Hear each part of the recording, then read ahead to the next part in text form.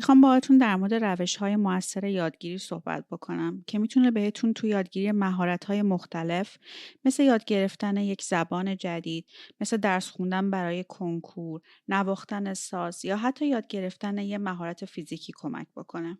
خب بریم شروع کنیم. اول شروع کنیم از چیزی که شاید درکش آسان‌تر و واضح‌تر باشه. تمرکز. یاد گرفتن بدون اینکه ما بتونیم تمرکز بکنیم ممکن نیست. هر چقدر ما بتونیم بهتر و طولانی‌تر تمرکز بکنیم، یادگیریمون هم سریعتر و موثرتر میشه. برای اینکه یه چیزی رو خوب یاد بگیریم، باید تمرکز و هوشیاری بالا داشته باشیم و خودمون رو توی محیط ساکت و دور از حواس پرتی قرار بدیم. باید به خودمون کمک کنیم. گوشیمون رو بذاریم توی کمد، توی یه محیط ساکت و خلوت بشینیم. به خودمون بگیم من میخوام تمرکز کنم. این کاری که میخوام انجام بدم برام مهمه. این یه کار مهمه. همین خودش بدن شما یا بهتر بگم نورون‌های مغز شما رو آماده و هوشیار میکنه.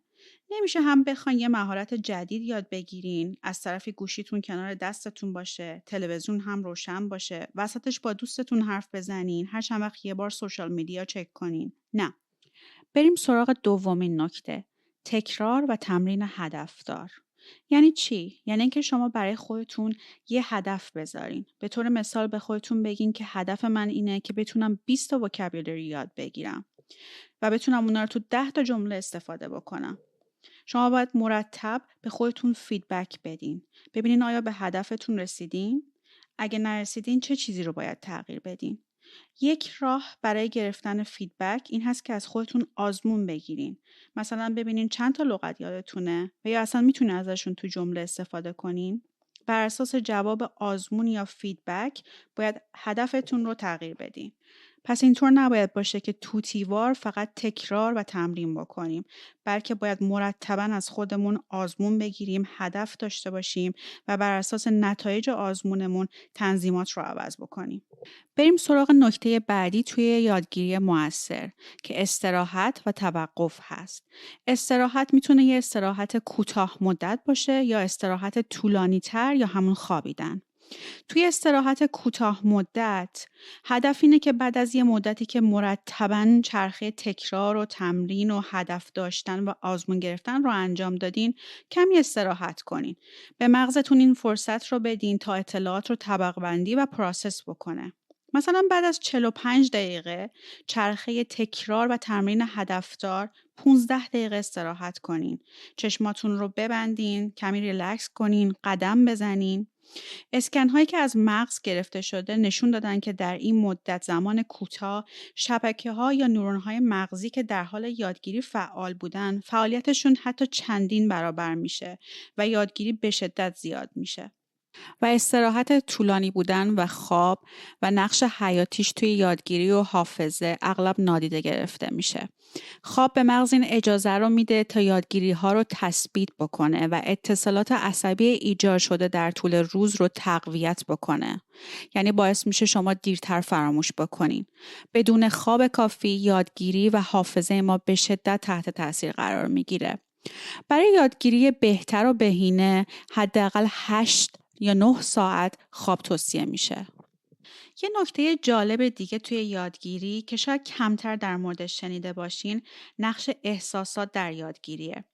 احساسات میتونه مثل یک مکمل عمل بکنه که یادگیری رو افزایش بده. مثلا اگه شما دارین زبان انگلیسی یاد میگیرین و مرتبا به خودتون میگین که این مبحث خسته کننده است یا من هرچی میخونم یادم میره یا احساس ناتوانی و ناامیدی میکنین، این یادگیری شما رو کمتر میکنه. ولی در عوض مثلا به خودتون بگین آفرین که وقت گذاشتی داری سعیتو میکنی یا احساسی مثل شادی و رضایت رو در خودتون ایجاد کنین. مثلا اگه دارین لغت میخونین یا زبان یاد میگیرین، یه سریالی رو انتخاب کنین که دوستش دارین یا در حینش میخندین، یه کتابی رو که از خوندنش لذت میبرین. این احساسات مثبت مثل یک مکمل یادگیری شما رو زیاد میکنه. احساسات منفی مثل استرس به شدت یادگیری ما رو تحت تاثیر خودش قرار میده. استرس شدید تو بعضی از شرایط میتونه یادگیری رو زیاد بکنه چون باعث افزایش هوشیاری ما میشه. ولی اگر این استرس مزمن بشه و کنترل نشه میتونه حافظه و عملکرد ما رو مختل بکنه. مطالعات نشون دادن که استرس مزمن و طولانی مدت باعث کاهش حجم هیپوکامپس میشه و به مرور حافظه ما ضعیف میشه. بریم در مورد دوپامین و انگیزش و نقشش توی یادگیری صحبت بکنیم. دوپامین در حین انجام کارهایی که توجه و تلاش ما را درگیر میکنه آزاد میشه. این ماده نه تنها در انگیزش بلکه در یادگیری ما هم نقش مهمی داره. پاداش دادن به خودتون پس از تکمیل یک کار میتونه ترشح دوپامین رو زیاد بکنه و فرایند یادگیری ما رو تقویت بکنه. تعیین اهداف کوچیک، جشن گرفتن تکمیل اونها میتونه ترشح دوپامین رو تحریک بکنه و فرایند یادگیری رو موثرتر و لذت بخشتر بکنه. پس فراموش نکنین به خودتون جایزه بدین. حالا یه جایزه مثل خوردن یه قهوه یا چایی یا یه جایزه درونی مثل اینکه به خودتون بگین آفرین که وقت گذاشتی و سعیتو کردی و سعی کنین عواطف و احساسات مثبت رو وارد یادگیریتون بکنین. بریم یه جمع‌بندی بکنیم.